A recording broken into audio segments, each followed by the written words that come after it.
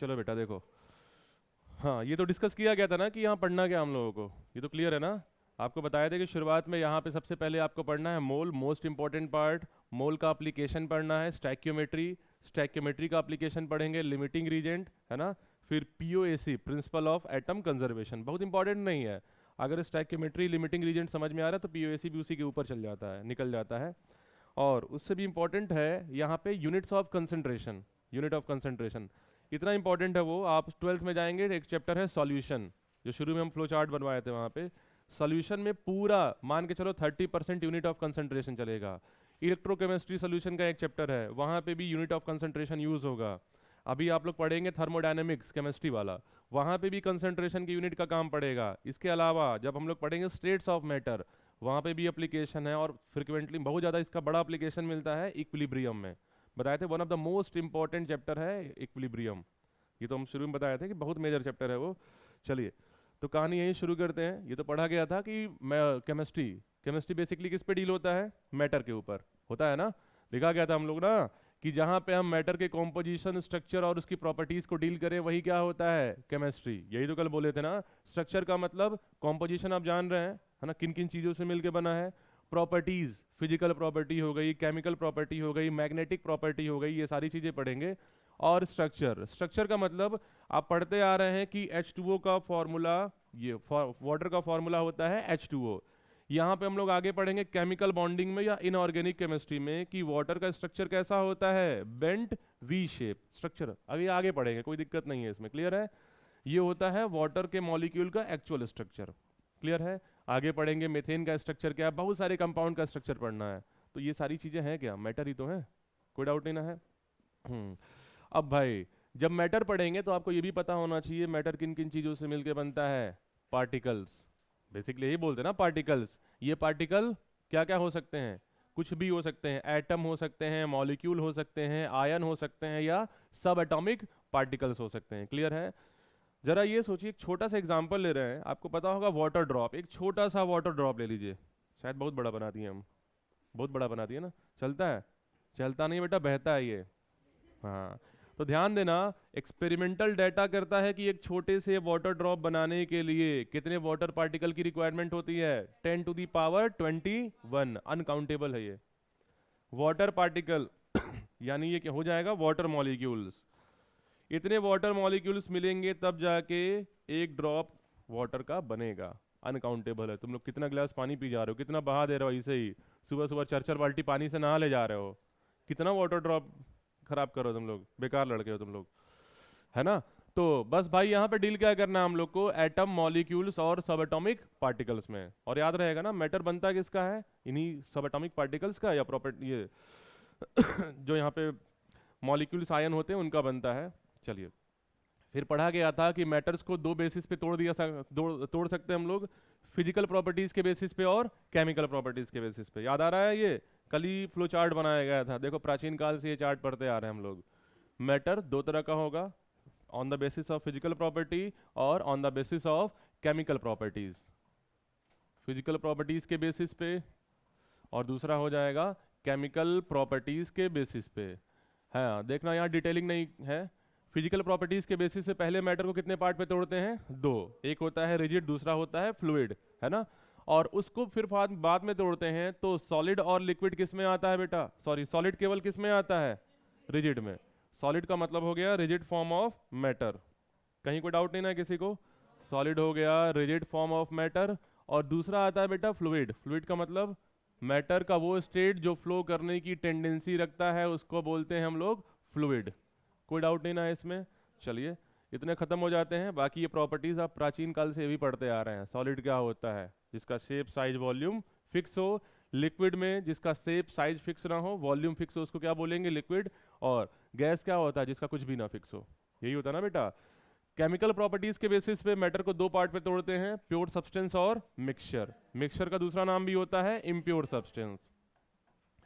जल्दी से बताइए, प्योर सब्सटेंस कितने तरह के हम लोग पढ़े हैं, दो तरह का, पहला एलिमेंट, दूसरा कंपाउंड। एकदम क्लियर है ना ये। हाँ, एलिमेंट को फिर कितने पार्ट पे तोड़ सकते हैं हम लोग, और मेटलॉइड। देखो ज्यादा पढ़े हो तुम लोग। कंपाउंड कितने तरह के होते हैं बेटा, दो, पहला ऑर्गेनिक, दूसरा इनऑर्गेनिक। हाँ, कुछ लोग बोलते हैं कि sir acid bases and salt भी तो बोल सकते हैं। तो बेटा एसिड बेसेस एंड सॉल्ट का एक छोटा सा लिमिटेशन होता है, वो ऑर्गेनिक हो भी सकता है, इनऑर्गेनिक भी हो सकता है। ऑर्गेनिक इनऑर्गेनिक का मतलब सब आ जाएगा, एसिड भी आएगा, बेस भी आएगा, सॉल्ट भी आएगा, कुछ भी ले लोगे सब आ जाएगा इसमें। क्लियर है? चलिए, होमोजीनियस और हेट्रोजीनियस। होमोजीनियस और हेट्रोजीनियस क्या होता है? होमो का मतलब सेम, जीनियस का मतलब फेस। जीनियस का मतलब होता है फेस। क्लियर है? मतलब कई सारे कंपोनेंट अगर सेम फेस में रहेंगे तो उसको क्या बोल देंगे? Homogeneous mixture.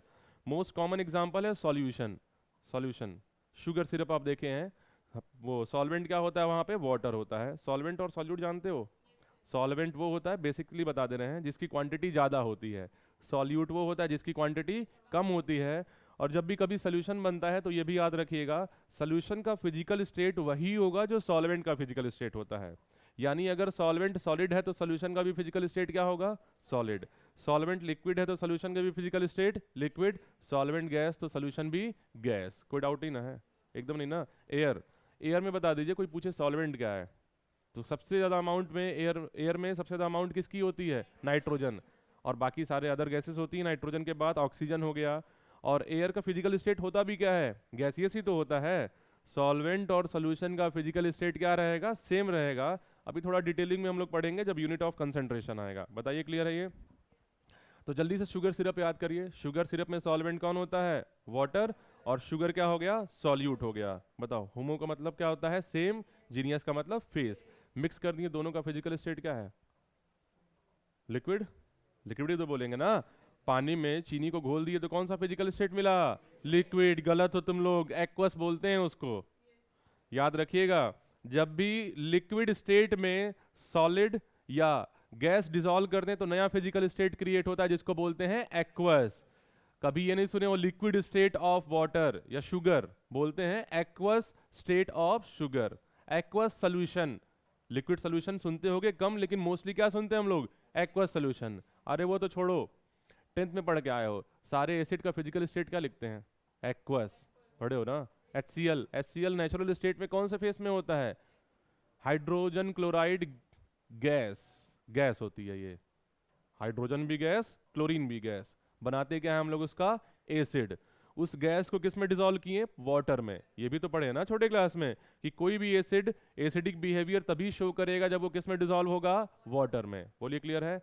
तो यार गैस को पानी में घोल दिए, अब वो क्या हो गया? एक्वस। इसीलिए लिखते हो ना HCl aqueous, H2SO4 aqueous, NaOH aqueous, HNO3 aqueous. याद आ रहा ना पूरा?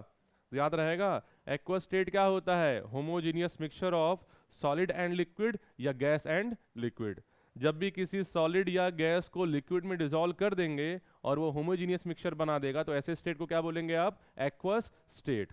लिक्विड मत बोलना। क्लियर है? नहीं तो पाप लगेगा तुम ही लोग को, हमको नहीं लगेगा। हाँ बेटा, होमोजीनियस मिक्सचर कितने तरह का होता है? एक तरह का, क्या नाम है उसका? Solution. Solution. Heterogeneous mixture, hetero का मतलब डिफरेंट और जीनियस का मतलब स्टेट या फिजिकल स्टेट, है ना? जैसे मान लो सैंड और वाटर को डिसॉल्व कर देंगे तो बताइए सेम स्टेट में रहेंगे दोनों? कुछ भी कर लो, जितनी दुनिया भर का एफर्ट कर लो, सैंड हमेशा सॉलिड, वाटर हमेशा लिक्विड, और दोनों बाद में सेपरेट भी हो जाते हैं ना। कोई अगर प्रण कर ले कि नहीं हम घोल के रहेंगे, सुबह से लेके शाम तक केवल मिक्स करता रहे, और जैसे वो छोड़ेगा स्टिर करना, सारा सैंड नीचे सेटल डाउन होगा, सारा वाटर ऊपर मूव करता रहेगा। बोलिए, क्लियर है? तो हेट्रोजीनियस मिक्सचर को पहचानने का सबसे आसान तरीका है, सॉल्यूट और सॉल्वेंट बार बार सेपरेट हो जाएंगे और उनके बीच साफ आपको सेपरेशन की बाउंड्री भी दिखेगी। क्लियर है?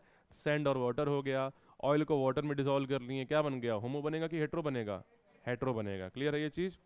कोई डाउट नहीं ना है? अच्छा ये बताओ, मिल्क क्या है? होमोजीनियस है कि हेट्रोजीनियस है? होमो है। गलत हो फिर से तुम लोग, हेट्रोजीनियस है। फैट, मिल्क में मोस्ट, अगर देखा जाए ऐसे जो कॉमनली आप ऑब्जर्व कर पाएंगे, फैट, ये तो पता है मिल्क में फैट होता ही है ना। क्या फैट आप देखते हैं मिल्क में तो ऊपर ही फ्लोट करता है कि मिक्स रहता है? वो ऊपर ही फ्लोट करता है ना। गर्म दूध देखो तो ऊपर फैट फ्लो करता है, फैट बोलो, ऑयल बोलो, कुछ भी बोल लो, देखते हो ना। और यही एक रीजन है कि जब मिल्क ठंडा होता है तो ऊपर एक लेयरिंग आ जाती है जिसको हम लोग क्या बोलते हैं? मलाई। खाते हो तुम लोग? कुछ लोग तो ऐसे फेंक देते हैं, चाय में मलाई आ जाए तो दुनिया का पाप लग जाएगा उनको। अच्छा, क्लियर है ना बेटा? हेट्रो में सेपरेट हो जाएंगे, होमो में कभी सेपरेट नहीं होंगे। अब आप सोच लीजिए कि आपको कैसा मिक्सचर बनाना है। भविष्य में। हेट्रोजीनियस कितने तरह के होते हैं? दो तरह के। पहला बेटा सस्पेंशन और दूसरा होता है कोलॉइड। दिख रहा है ना ये वाला? यही वाला ज्यादा क्लियर दिख रहा होगा तुम लोग को। सस्पेंशन तो आपको पता है, जिसमें विजिबल बाउंड्री क्लियरली दिखे उसको बोल देंगे आप suspension, sand and water, clear है।